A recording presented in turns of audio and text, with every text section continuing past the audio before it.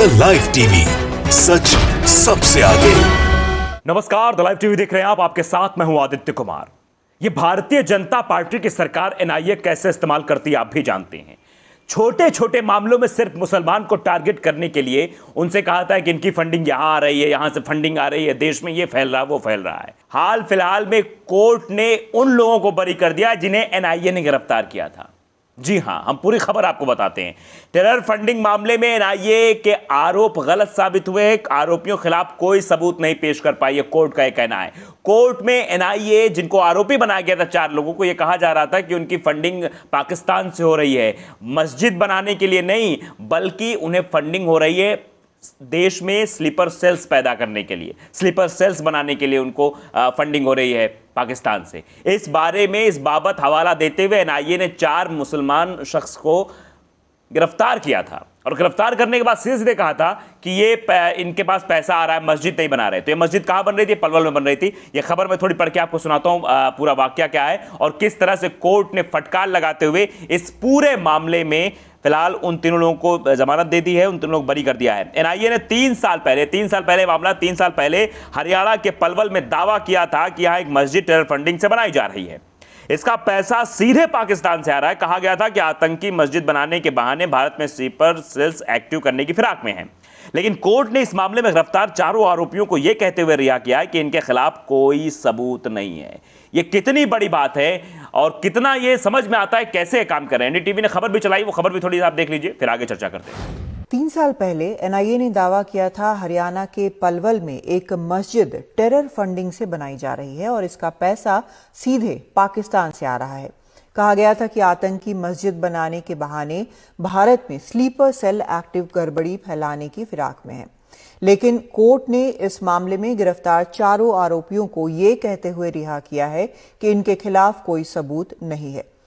3 साल जेल में रहने के बाद जब 42 साल के मोहम्मद हुसैन मोलानी रोहिणी जेल से बाहर आए तो उनके घर वालों की खुशी देखते ही बन रही थी।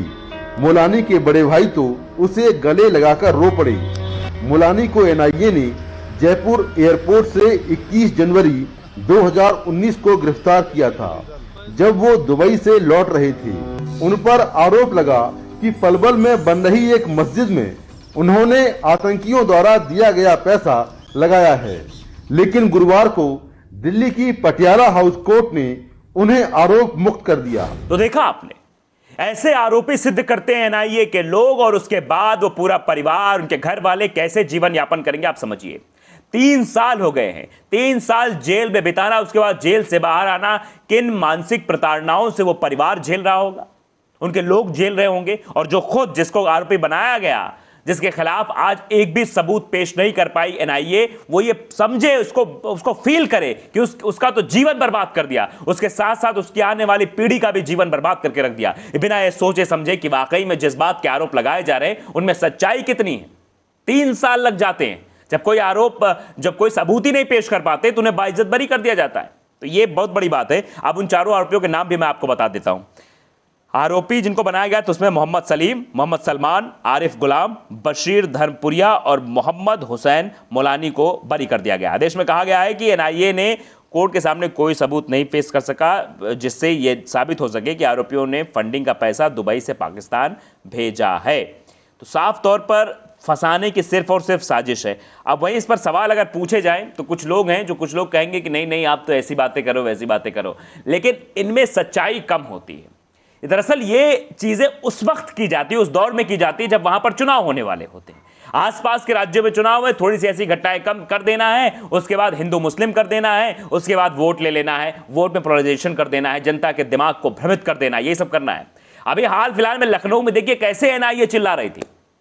एनआईए कह रही थी देखिए यहां आतंकी छिपे हुए, मतलब अभी तक नहीं पता लग पा रहा था आतंकी छिपे हुए। अचानक से जब चुनाव को 5-6 महीने बच जाते हैं तो इनको पता लगने लगता है, सुगबुकी लगने लगती है कि लखनऊ में आतंकी आके छिपे हुए हैं। इतने दिनों से भैया क्या कर रहे थे आप? इतने दिनों से आतंकी नहीं मिले थे। सवाल जनता पूछ रही है। जनता सीधे सीधे इन सवालों को इसलिए पूछे, भैया इतने दिनों से अगर आतंकी है वहां पर तो आतंकियों को जाना चाहिए, समझना चाहिए।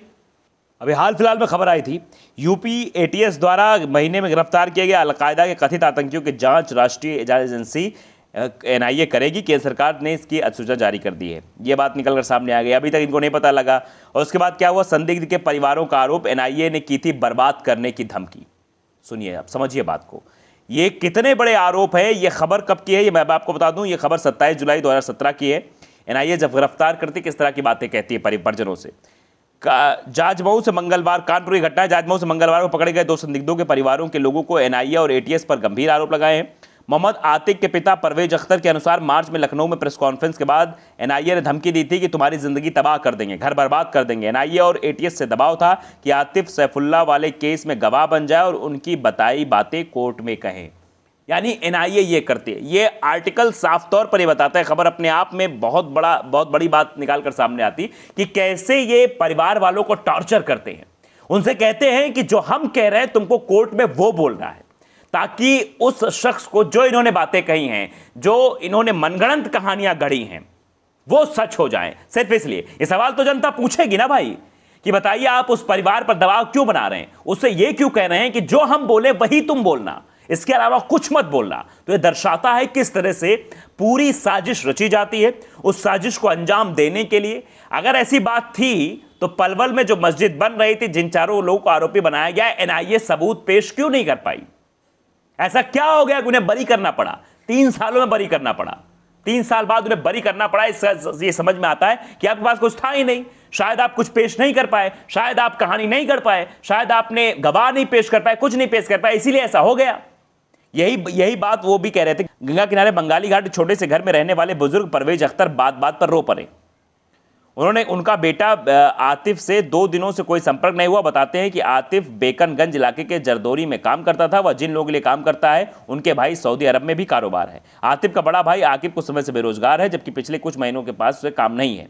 मार्च में एनआईए और एटीएस उनके घर आई। इसके बाद आतिफ अपने साड़ू के साथ कई बार पूछताछ के लिए लखनऊ में एनआईए ऑफिस पहुंचा, वहां गया। उनका आरोप है कि आतिफ को पीटा भी गया, अकेले में उससे पूछताछ की गई। पिटाई से उसके कान से ब्लीडिंग भी हो रही थी। घर पर उसने बताया था कि एनआईए ये गवाही देने की लिए दबाव बना रही कि सैफुल्लाह और गौस मोहम्मद को जानता है। कई बार उसे कहा गया कि लिखा हुआ बयान याद कर कोर्ट में बता देना। इससे इनकार करने पर उसे फंसाया गया। आतिफ की पत्नी गुलनाज का आरोप है कि लखनऊ में मार्च में प्रेस कॉन्फ्रेंस करने के 2 दिन बाद एनआईए को नोटिस दिया था। इसके बाद धमकी दी गई थी, पेपर टीवी से कुछ नहीं होगा, कोई तुम्हें बचा नहीं पाएगा। शुरुआत में एनआईए ने आतिफ को गिरफ्तार न करने का भी आश्वासन दिया था। 12-13 बार आतिफ से पूछताछ भी की गई थी, इसके लिए लखनऊ भी वो गया था। आसिफ से दोस्ती थी, इस वजह से उसको बस फंसा दिया गया। तो ये टारगेटन सब किया जाता है। दरअसल जब जब चुनाव नजदीक आते हैं जिन राज्यों में, उन राज्यों में एनआईए की ऐसी बड़ी कार्रवाई दिखती है कि टीवी चैनल्स पर बस आपको एक ही खबर दिखाई जाए, देखिए यहां आतंकी पकड़ा गया, और 5 सालों में कहीं उसके आतंकी होने की खबर इनको बिल्कुल भनक तक नहीं लगेगी। तो ये तो सवाल खड़े हो जाएंगे ना, दिमाग ठनकेगा लोगों का भी, आपका भी, हमारा भी, कि आखिरकार बताइए जब 4 जिनको आरोपी बनाया जाता है, 4 लोग बरी हो जाते हैं, एनआईए कोर्ट में सबूत पेश नहीं कर पाती है, और यह खबर भी सामने आती है कि एनआईए दबाव बनाता है कि आप जो है हमारे हिसाब से बयानबाजी करो, नहीं आपको बर्बाद कर देंगे। और देखिए आतंकी जीशान के पिता और चाचा को लेकर एटीएस गई, एनआईए गई, वहां पर पूछताछ बाद दबाव, बहुत सारी चीजें अंदर होती होंगी, वो सबको नहीं पता लग पाती हैं। एनआईए ने संदिग्ध आतंकी के परिजनों से घंटों पूछताछ की, घंटों बातचीत करते हैं लोग, पता नहीं अंदर क्या कहानी करते हैं, वो सब तो पता नहीं।